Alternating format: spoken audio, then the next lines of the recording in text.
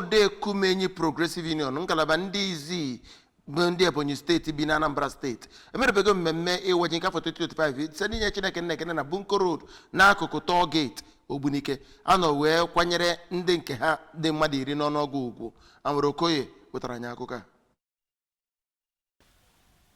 Na Jamas nke eji bido iri ji ọhụụ, ụkọchukwu John Nwiziogo gwara ndị mmadụ ka ha jiri okwukwe dị umeala n'obi ma kelee Chineke maka owuwe ihe ubi. Unu echefukwala ọnụ nke Chineke niile.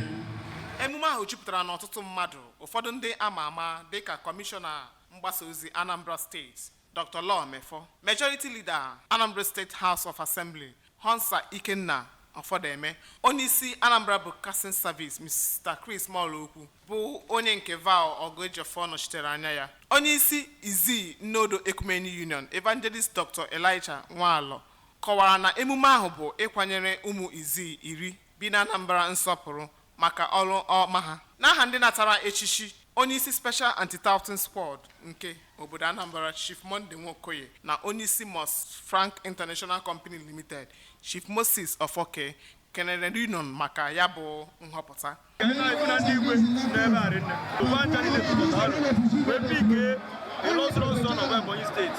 Ya bụ mmemme nke His Royal Highness Eze Amos Nkwuoda na eze ndị ọzọ dị iche iche so na ya, gụnyere ikpu ji omenala, egwu ọdịnala na isi ọzọ site na Ogbunike. Amara Okoye n'akụkọ ụwa ABS.